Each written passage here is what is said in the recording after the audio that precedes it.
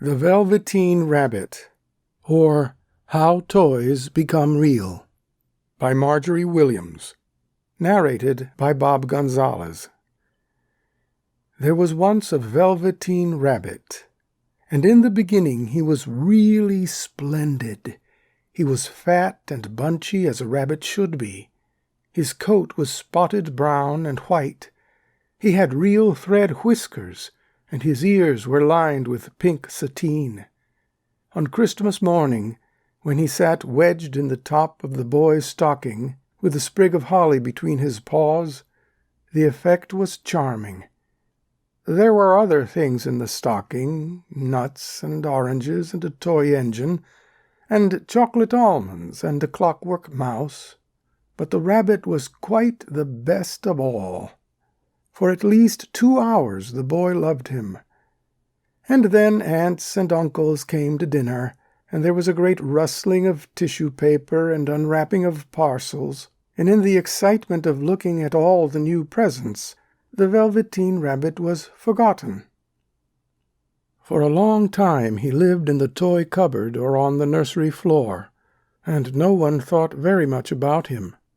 He was naturally shy, and being only made of velveteen, some of the more expensive toys quite snubbed him. The mechanical toys were very superior, and looked down upon everyone else. They were full of modern ideas, and pretended they were real.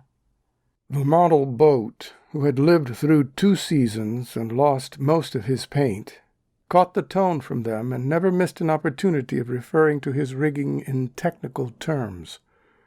The rabbit could not claim to be a model of anything, for he didn't know that real rabbits existed. He thought they were all stuffed with sawdust like himself, and he understood that sawdust was quite out of date and should never be mentioned in modern circles. Even Timothy, the jointed wooden lion, who was made by the disabled soldiers and should have had broader views, put on airs and pretended he was connected with government. Between them all, the poor little rabbit was made to feel himself very insignificant and commonplace, and the only person who was kind to him at all was the Skin Horse. The Skin Horse had lived longer in the nursery than any of the others. He was so old that his brown coat was bald in patches and showed the seams underneath, and most of his hairs in his tail had been pulled out to string bead necklaces.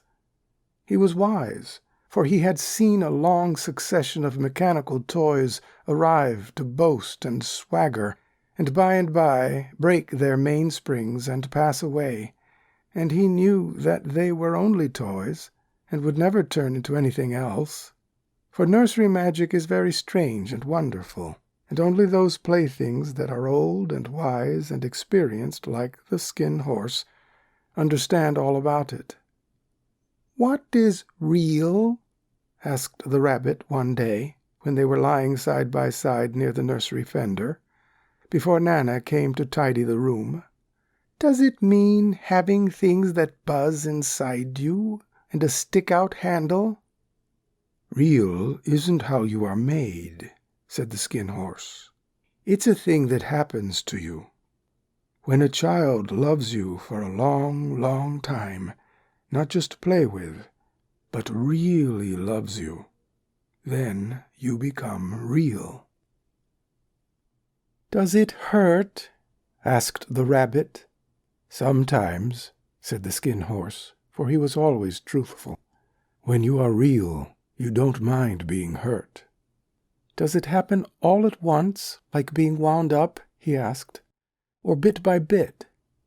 "It doesn't happen all at once," said the Skin Horse. "You become. It takes a long time. That's why it doesn't happen often to people who break easily, or have sharp edges, or who have to be carefully kept. Generally, by the time you are real, most of your hair has been loved off, and your eyes drop out, and you get loose in the joints and very shabby. But these things don't matter at all, because once you are real, you can't be ugly, except to people who don't understand. I suppose you are real?" said the rabbit, and then he wished he had not said it, for he thought the Skin Horse might be sensitive. But the Skin Horse only smiled.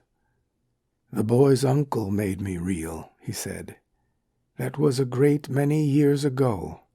But once you are real, you can't become unreal again. It lasts for always." The rabbit sighed. He thought it would be a long time before this magic called real happened to him. He longed to become real, to know what it felt like. And yet the idea of growing shabby and losing his eyes and whiskers was rather sad. He wished that he could become it without these uncomfortable things happening to him.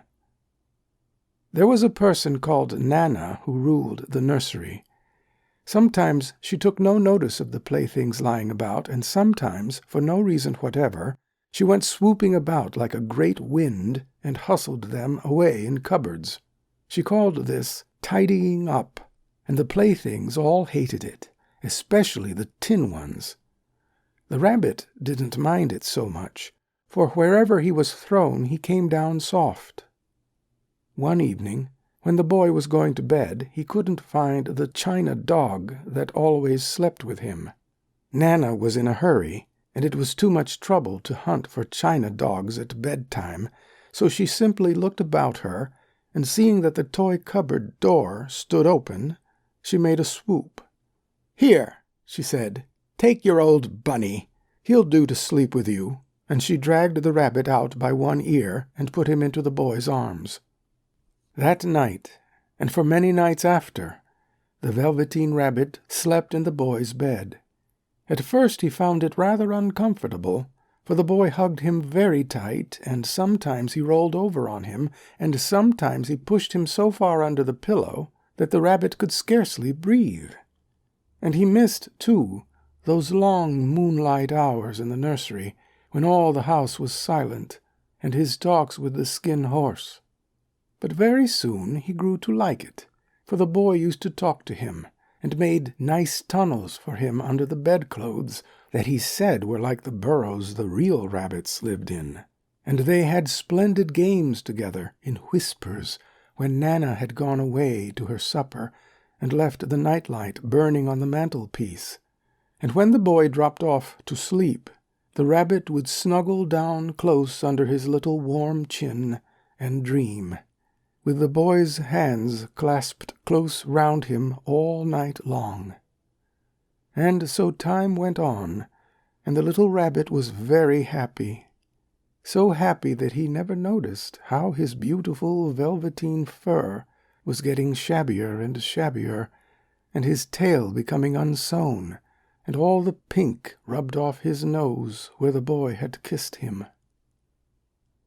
Spring came, and they had long days in the garden, for wherever the boy went, the rabbit went too. He had rides in the wheelbarrow, and picnics on the grass, and lovely fairy huts built for him under the raspberry canes behind the flower border. And once, when the boy was called away suddenly to go out to tea, the rabbit was left out on the lawn until long after dusk, and Nana had to come and look for him with the candle, because the boy couldn't go to sleep unless he was there. He was wet through with the dew, and quite earthy from diving into the burrows the boy had made for him in the flower bed, and Nana grumbled as she rubbed him off with a corner of her apron. "You must have your old bunny," she said. "Fancy all that fuss for a toy." The boy sat up in bed and stretched out his hands. "Give me my bunny," he said. "You mustn't say that. He isn't a toy. He's real." When the little rabbit heard that, he was happy, for he knew that what the Skin Horse had said was true at last. The nursery magic had happened to him, and he was a toy no longer. He was real. The boy himself had said it. That night he was almost too happy to sleep, and so much love stirred in his little sawdust heart that it almost burst, and into his boot-button eyes, that had long ago lost their polish, There came a look of wisdom and beauty, so that even Nana noticed it next morning, when she picked him up and said, "I declare if that old bunny hasn't got quite a knowing expression." Near the house where they lived there was a wood, and in long June evenings the boy liked to go out there after tea to play. He took the Velveteen Rabbit with him, and before he wandered off to pick flowers or play at brigands among the trees, he always made the rabbit a little nest somewhere among the bracken, where he could be quite cozy, for he was a kind-hearted little boy, and he liked Bunny to be comfortable. One evening, while the rabbit was lying there alone, watching the ants that ran to and fro between his velvet paws in the grass, he saw two strange beings creep out of the tall bracken near him. They were rabbits like himself, but quite furry and brand new. They must have been very well made, for their seams didn't show at all, and they changed shape in a queer way when they moved. One minute they were long and thin, and the next minute fat and bunchy, instead of always staying the same like he did. Their feet padded softly on the ground, and they crept quite close to him, twitching their noses, while the rabbit stared hard to see which side the clockwork stuck out, for he knew that people who jump generally have something to wind them up. But he couldn't see it. They were evidently a new kind of rabbit altogether.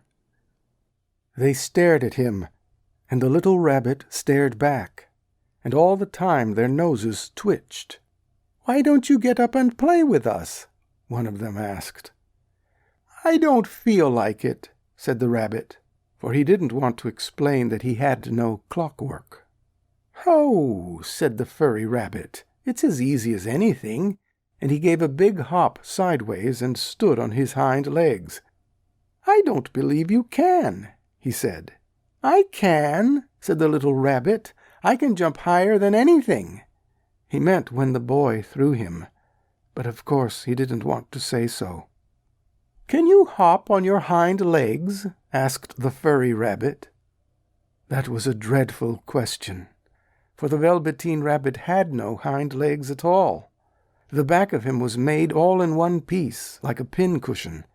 He sat still in the bracken and hoped that the other rabbits wouldn't notice. "I don't want to," he said again. But the wild rabbits have very sharp eyes, and this one stretched out his neck and looked. "He hasn't got any hind legs," he called out. "Fancy a rabbit without any hind legs!" And he began to laugh. "I have!" cried the little rabbit. "I have got hind legs. I am sitting on them." "Then stretch them out and show me, like this," said the wild rabbit, and he began to whirl round and dance till the little rabbit got quite dizzy. "I don't like dancing," he said. "I'd rather sit still." But all the while he was longing to dance, for a funny new tickly feeling ran through him, and he felt he would give anything in the world to be able to jump about like these rabbits did. The strange rabbit stopped dancing and came quite close.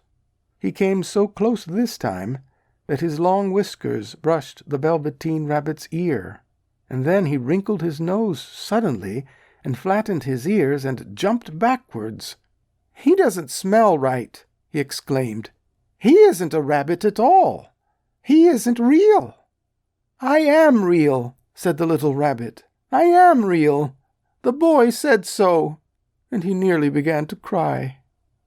Just then there was a sound of footsteps, and the boy ran past near them, and with a stamp of feet and a flash of white tails, the two strange rabbits disappeared. "Come back and play with me," called the little rabbit. "Oh, do come back. I know I am real." But there was no answer. Only the little ants ran to and fro, and the bracken swayed gently where the two strangers had passed. The Velveteen Rabbit was all alone. "Oh dear," he thought, "why did they run away like that? Why couldn't they stop and talk to me?" For a long time he lay very still, watching the bracken, and hoping that they would come back. But they never returned, and presently the sun sank lower, and the little white moths fluttered out, and the boy came and carried him home. Weeks passed, and the little rabbit grew very old and shabby, but the boy loved him just as much. He loved him so hard that he loved all his whiskers off, and the pink lining to his ears turned gray, and his brown spots faded. He even began to lose his shape, and he scarcely looked like a rabbit any more, except to the boy. To him he was always beautiful, and that was all the little rabbit cared about. He didn't mind how he looked to other people, because the nursery magic had made him real. And when you are real, shabbiness doesn't matter. And then, one day, the boy was ill. His face grew very flushed, and he talked in his sleep, and his little body was so hot that it burned the rabbit when he held him close. Strange people came and went in the nursery, and a light burned all night, and through it all the little Velveteen rabbit lay there, hidden from sight under the bedclothes, and he never stirred, for he was afraid that if they found him, someone might take him away, and he knew that the boy needed him. It was a long, weary time, for the boy was too ill to play, and the little rabbit found it rather dull with nothing to do all day long. But he snuggled down patiently and looked forward to the time when the boy should be well again, and they would go out in the garden amongst the flowers and the butterflies and play splendid games in the raspberry thicket like they used to.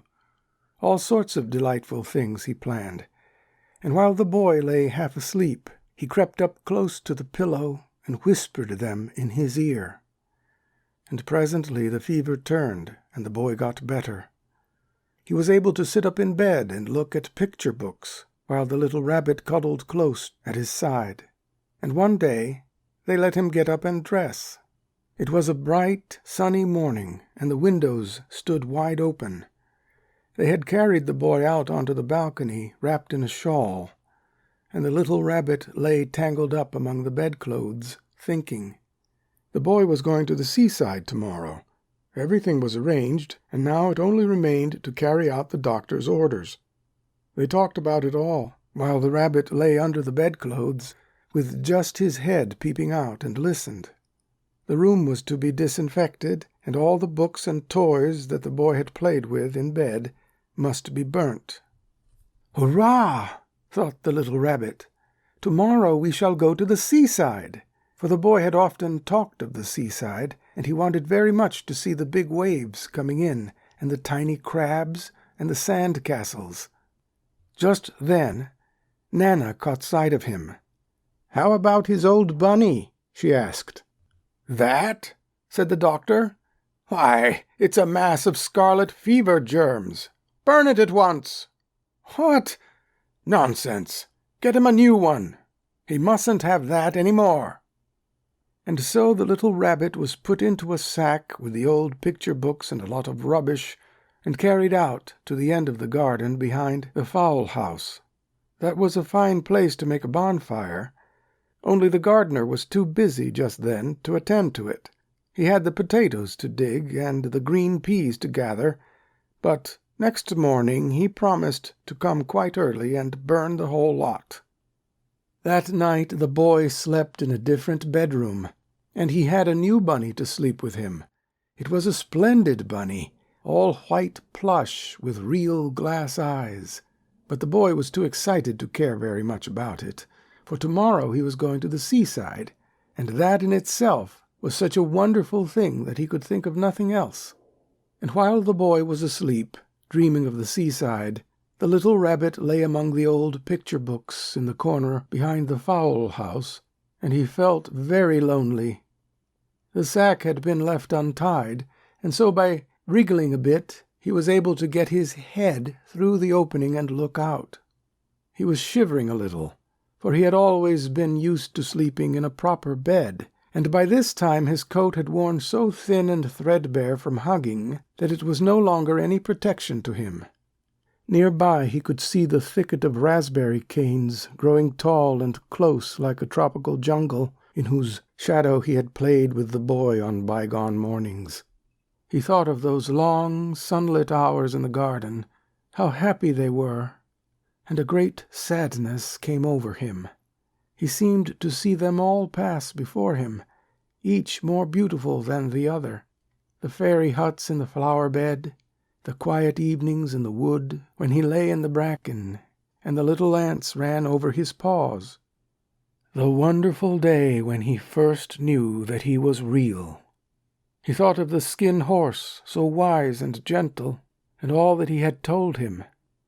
Of what use was it to be loved and lose one's beauty and become real, if it all ended like this?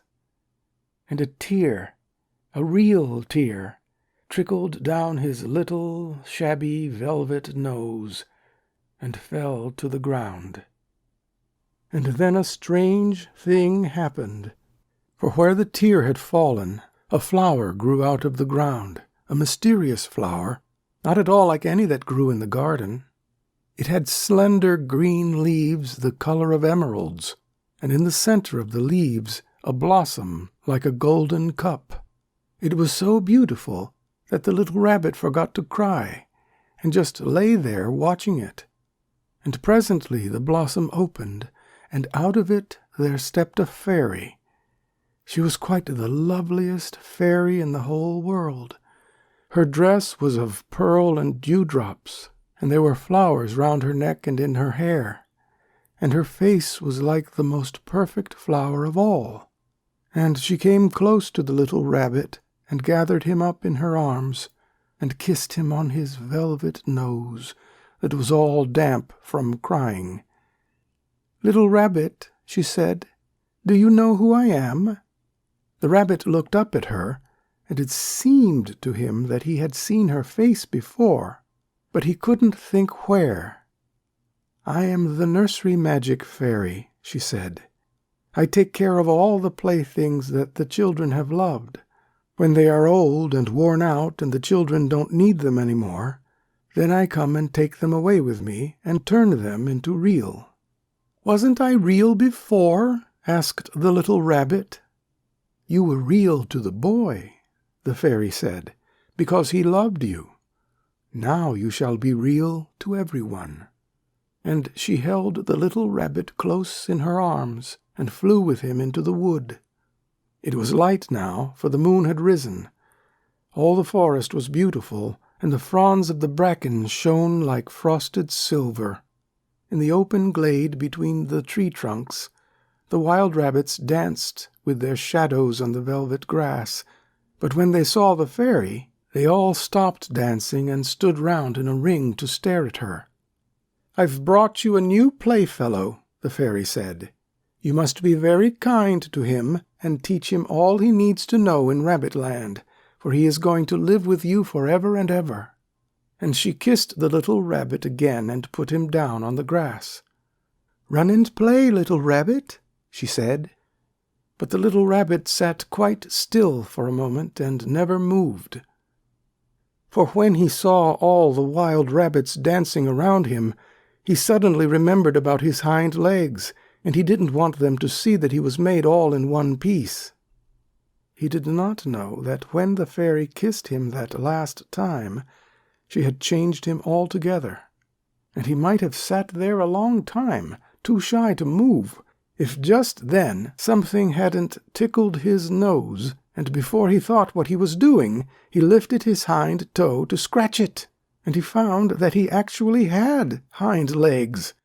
Instead of dingy velveteen, he had brown fur, soft and shiny.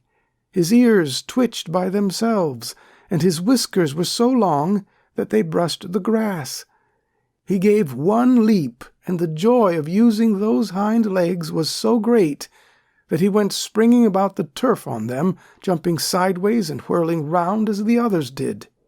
And he grew so excited that when at last he did stop to look for the fairy, she was gone. He was a real rabbit at last, at home with the other rabbits.